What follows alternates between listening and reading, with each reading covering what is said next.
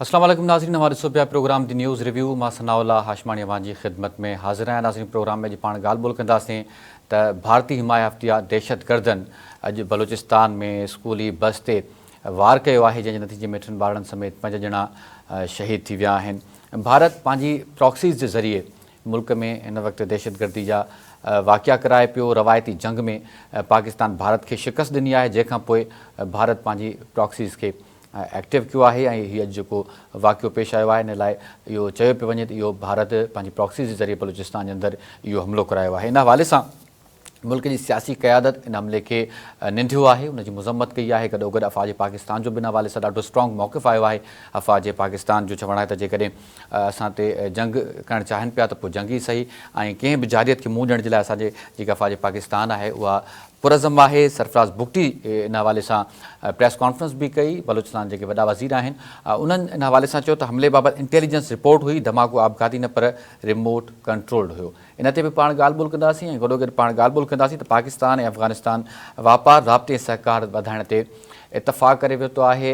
Beijing में जेको आहे सो 3 धुरनि जी मुलाक़ात थी आहे ऐं इलाही अहम डेवलपमेंट इहा साम्हूं अचे पई। हिन मौजूदा सूरत हाल में अफ़गानिस्तान जी जेकी आहे उहा एंट्री केतिरी अहम आहे, इन ते बि ॻाल्हि ॿोल कंदासीं। इन हवाले सां असां सां टेलीफोन लाइन ते मौजूदु आहिनि सीनियर तज़िया निगार सीनियर सहाफ़ी नदीम रज़ा साहब। नदीम साहब अस्सलाम वालेकुम। नदीम साहब बहुत शुक्रिया, आपने वक्त दिया है। सर, आज आपसे जानना चाहेंगे ये जो भारत की प्रॉक्सीज़ हैं उन्होंने एक दहशतगर्दी का वाक़या किया है बलूचिस्तान के अंदर, बच्चों पे जो है वो भारत ने वार करवाया, तो आप क्या समझते हैं सर, ये बच्चों पे वार करवा कर, ये दहशतगर्दी करवा कर भारत क्या करना चाह रहा है पाकिस्तान के अंदर? देखिए, भारत की ये तो कोई ढकी छुपी बात अब रही नहीं है। जो पाकिस्तान में जो प्रॉक्सीज हैं भारत की वो बहुत ही स्ट्रांग है, डीप रूटेड है, स्पेशली बलूचिस्तान के अंदर। जो एक कालादम लिबरेशन जो आर्मी है उसको तो वो भारतीय लिबरेशन का वो नाम दिया जा रहा है कि वो वहाँ पे इस तरह की हरकतें कर रहे हैं, क्योंकि जो सुक्की का सामना भारत को उठाना पड़ा है।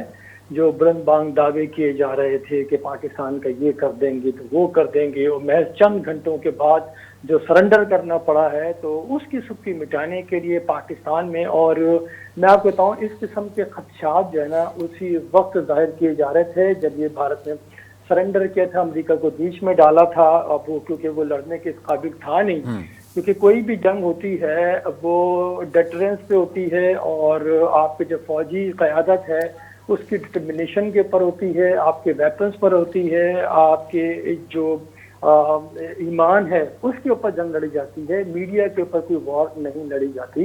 भारत में शुरू से ही जो पाकिस्तान मुखालिफ जो प्रोपेगेंडा मीडिया पर किया जाता है, तो उसको ख़त्म करने के लिए उसको तक़वियत देने के लिए मैं कहूँ कि वो इसीलिए उसने पाकिस्तान में इस तरह के ऊंचे हथकंडे इस्तेमाल कर रहा है।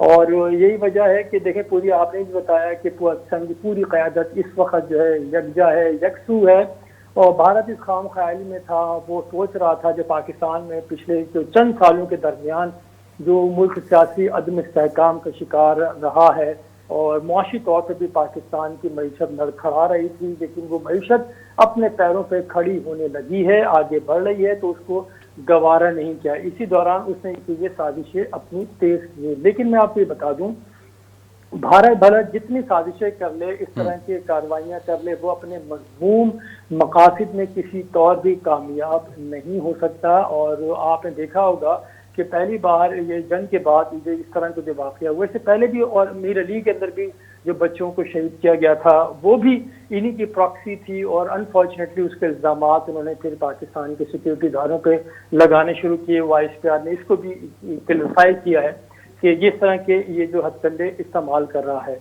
लेकिन अब वो उसकी कोई चलने वाली नहीं है। यही वजह है कि अमेरिकी नाज़िम उमूर उनका भी स्टेटमेंट आता है, फिर जो दीगर इदारे हैं उनका भी स्टेटमेंट आता है कि ये गलत हो रहा है।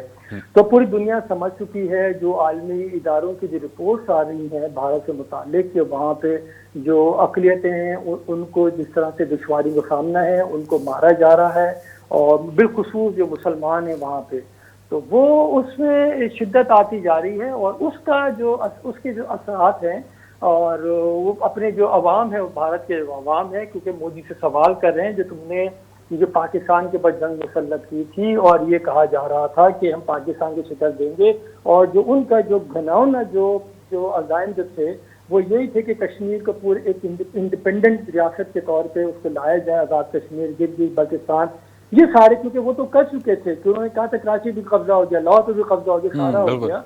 तो ऐसे में उनको उलझाने के लिए इस तरह के हथकंडे इस्तेमाल कर रहा है, लेकिन ये ज़्यादा देर चल नहीं सकते। और यही वजह है जो आज एक और जो अपडेट हुई है नई दिल्ली में, एक और पाकिस्तान के जो सिफारती अमला है उसको भी नापसंदीदा शख्स करार दे के 24 घंटे में दिल्ली छोड़ने का कहा गया है।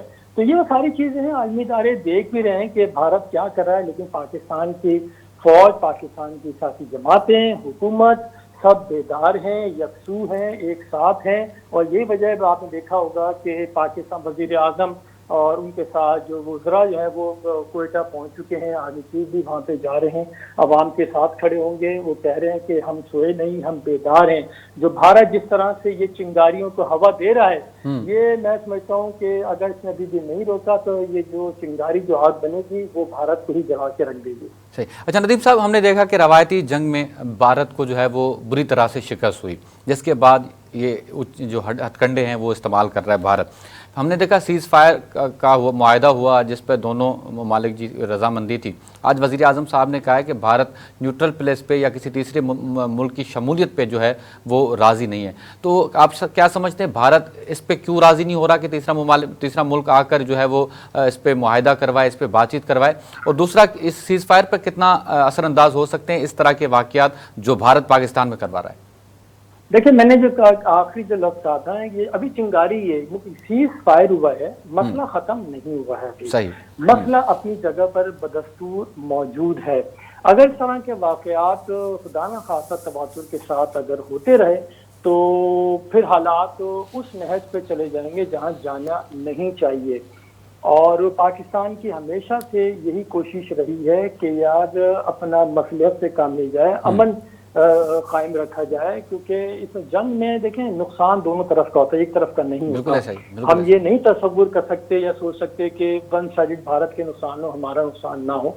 लेकिन जो पाकिस्तान ने जो कर दिखाया है महज चंद घंटों के अंदर, वो मेरे ख्याल में दौरे जदीद की जो इंसानी तारीख है उसमें मेरे ख्याल में, मैं कोई यानी गलत बयानी नहीं होगी है कि ऐसी कोई मिसाल हमें नहीं मिलती है कि जिसमें इतनी जल्दी किसी मुल्क ने सरेंडर कर दिया हो, और जिस मुल्क ने चंद घंटों के अंदर अपनी जो एयरफोर्स है उसने कार्रवाइयाँ करके जो मुखालिफ मुल्क को सरेंडर और हथियार डालने पर मजबूर किया। सालसी, वो भी अमेरिका की सालसी पे उसने पाकिस्तान को भी आमादा कराया, और ऐसे में भारत कह रहा है कि वो सालसी पे आमादा नहीं होगा। उसकी बुनियादी वजह यह है जो पहलगाम का वाक़या है, ये भी एक जाली और झूठा वाक़या है कि इसकी मिसाल ये है, जो भारत के साबिक जो वजीर हैं उन्होंने भी वाज़े तौर पे ये कह दिया है कि ये झूठा, ये प्रोपेगेंडा है और ऐसा कोई वाक़या नहीं है। उन्होंने सिर्फ जो बिहार के इंतखाबात थे उसमें कामयाबी के लिए ये टूल इस्तेमाल किया है कि जैसे पुलवामा का वाक़या था, वो भारत की बिलखुसूस ये जो बीजेपी की जो पॉलिटिक्स है वो मुसलमान मुखालिफ ही रही है और हिंदुत्व नजरिए को फरोग देने के लिए रही है। तो इसीलिए ये वो हथकंडे इस्तेमाल कर रहे हैं, और जो रिट लगाई जा रही है वो इसलिए कह रहे हैं कि सालसी कबूल नहीं है, क्योंकि वहाँ पे उनको शर्मिंदगी का सामना है भारत में मोदी सरकार को। उनके ऊपर जो लोकल जमातें हैं, इवन बीजेपी के अंदर के भी जो लोग हैं वो भी सवाल उठा रहे हैं कि हमें क्यों अंधेरे में रखा गया, क्यों इस तरह की बातें की जा रही थी कि पाकिस्तान के बस चंद मिनटों के अंदर कब्जा कर लिया जाएगा, सारा कुछ हो जाएगा। तो उसको मिटाने के लिए, क्योंकि जब सालसी होगी तो फिर वो शवाहिद रखे जाएंगे ना, जिसकी बुनियाद पे जो पाकिस्तान के ऊपर इल्जाम लगाया था पुलवामा के वाक़े मुलविस है, क्योंकि पाकिस्तान ने तो महज 2-3 ही सवाल किए थे, ज्यादा सवाल नहीं किए कि भाई वो दहशतगर्द कौन थे, कहाँ से आए थे और आपकी सिक्योरिटी कहाँ थी। क्योंकि पहले तो उन्होंने कहा था कि 2 जख्मी हुए, वो जख्मी किधर हैं? ये तो सवालात उनके अपना मीडिया भी जो अनबाइस मीडिया है वो सवाल वो भी रेस कर रही है कि कहाँ से वाक़या पेश आया। तो अब वो यही वजह सालसी से वो दूर भाग रहा है। लेकिन अगर आलमी इदारों ने एक जाने तवज्जो नहीं दी, जो खुजदार का जो वाक़या हुआ है इसी को समझा जाए कि ये अलार्मिंग सिचुएशन है ये, और अभी इसकी बेखनी नहीं की गई। और क्योंकि पाकिस्तान ने बराह रास्त इल्ज़ाम भारत पर ही लगाया है कि जी जैसे हाँ। बच्चों से बदला लिया है, और उसके बाद से ही जो उसकी प्रॉक्सी है उसने भी ऐलान किया था इस तरह के हमले करने का। तो सारे शवाहिद यहाँ पे जो हमें दिखाई दे रहे हैं वो सारे के सारे दिल्ली की तरफ जा रहे हैं ये खुददार वाक़े के, क्योंकि ये बलूचिस्तान के अंदर आपने देखा है जो सूरत हाल है, जिस तरह से सी पैक का जो है वो सिलसिला आगे बढ़ रहा है। गवादर को तरक्की दी जा रही थी तो वो नहीं चाहता किसी भी तौर पर कि वो हो, और उसको वो डाइजेस्ट नहीं कर पा रहा। एक और इसमें मैं थोड़ा सा, अगर ये जो बीजिंग में जो मुलाकात हुई है जी जी। अफगानिस्तान, पाकिस्तान और इनके चीन के जो वज़ीर ख़ारजा की जो मुलाकात हुई है, तो वो एक नविस्त दीवार है भारत के लिए, क्योंकि वो पहले सोच सही। रहा था कि अफगानिस्तान के साथ पाकिस्तान के ताल्लुकात बेहतर नहीं है। चाइना सिक्योरिटी को लेके बहुत तशवीश में मुब्तला था। जो चीनी इंजीनियर थे उनके ऊपर जो पाकिस्तान में अटैक्स हो रहे थे, यकीनन वो एक अलार्मी सिचुएशन थी और चीन की तरफ से बहुत दबाव था। लेकिन पाकिस्तान ने उसको ओवरकम किया, सिक्योरिटी बढ़ा दी गई। उसके बाद से अगर हम देखें तो मेरे ख्याल में कोई तरह का सीरियस कोई बड़ा वाकया पेश नहीं आया। तो ये सारी चीजें थी, तो उसकी कैलकुलेशन जो थी वो भारत की गलत हो गई। वो कैलकुलेट कर रहा था कि पाकिस्तान का अदम इस्तेहकाम का शिकार है, मगरिब जो सरहद है अफगानिस्तान की वो भी गैर मुस्तहकम है, वहाँ से उसको वो किया जा रहा है और चाइना भी साथ नहीं देगा, तो वो सारे उसके गले पड़ गई है। और अब जो फुलदार का जो वाक़या है और इसमें पाकिस्तान को अपनी सिफारतकारी को बरवे का लाना पड़ेगा, जैसे कि वक्त अब पाकिस्तान का जा भी रहा है, बाहर सियासतदानों पे मुश्तमिल वक्त जा रहा है, क्योंकि ये वो मौका है कि आप आलमी जो थिंक टैंक हैं, जो मुख्तलिफ इदारे हैं, उनको अगर आपने अपना जो बयानिया है वो दे दिया और भारत के खिलाफ जो शवाहिद हमारे पास मौजूद हैं, जो भी दस्तावेजात हैं वो प्रोवाइड कर देंगे, तो पाकिस्तान की इसके अंदर बचत होगी और पाकिस्तान के बयानिया ही तस्लीम किया जाएगा। क्योंकि जैसा कि हमें मालूम है कि भारत के जो थिंक टैंक है बहुत ज़्यादा एक्टिव हैं दुनिया भर के अंदर, बिलखुसूस अमरीका और यूरोप के अंदर। तो हमें उस पर बहुत एहतियात के साथ काम लेना पड़ेगा और वक्त में वही लोग बाहर भेजे जाएं जो आलमी मीडिया के सवालात का जवाब भी ऐसा अंदाज से दे सकें और कि भड़कियां वहाँ पे ना मारें, क्योंकि पाकिस्तान नहीं है। वो जो आलमी जो नुमाइंदे होते हैं, साथी हैं, वो बाल की खाल निकाला करते हैं। तो इस तरह ये मौका पाकिस्तान के पास अल्लाह ने दिया है, ये अपॉर्चुनिटी है जिसको अवेल करना चाहिए और अपने दुश्मन को ज़ेर करने का मौका किसी सूरत भी हाथ से नहीं जाना चाहिए। सही। अच्छा नदीम साहब, जिस तरह आपने कहा कि ये खुशदार वाकया एक अलार्मिंग सिचुएशन है, हाल ही में बिलावल भुट्टो जरदारी साहब ने एक इंटरव्यू दिया, उन्होंने कहा कि 2025 में जो दहशतगर्दी के वाकयात हैं वो बढ़े हैं। तो बस मुख्तसरन आपकी राय लेना चाहूँगा मैं इस पर। तो क्या जो केपी की सूरत हाल है या बलूचिस्तान की सूरत हाल है, इस सूरत हाल के अंदर मसले का हल ऑपरेशन है या किसी सियासी मामले से भी जो है इस मसले को हल किया जा सकता है? देखें, जब दहशतगर्दी सर उठाए तो वहाँ पे पहली बात तो ये है कि अगर दहशतगर्दी को उसकी जड़ से उखाड़ के ना फेंका जाए और सिर्फ अलामती ऑपरेशन किए जाएं तो उसका फायदा नहीं, नुकसान भी होता है। सही। देखिए, जब कैंसर जो है वो अगले स्टेज के ऊपर चला जाता है तो उसका क्या ऑपरेशन से क्या फायदा होता है, वो सबके सामने है। तो बात यही है, किसी हमें मासूमीन का भी कौल है कि जब जितनी देर जुल्म के खिलाफ उसमें लगाओगे उतना ही नुकसान आपको उठाना पड़ेगा।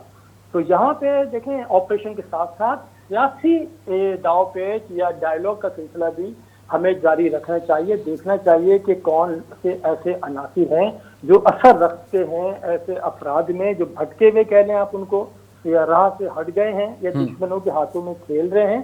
अगर वो यानी कि काबिले माफी हैं या राह रास्त से आना चाहते हैं तो उनको बिल्कुल वेलकम करना पड़ेगा। अगर नहीं है, जो हथियार डालना नहीं चाहते हैं, मुल्क के खिलाफ हैं, तो उनको मेरे ख्याल में कुचलने के सिवा और कोई ऑप्शन आपके पास नहीं बचता।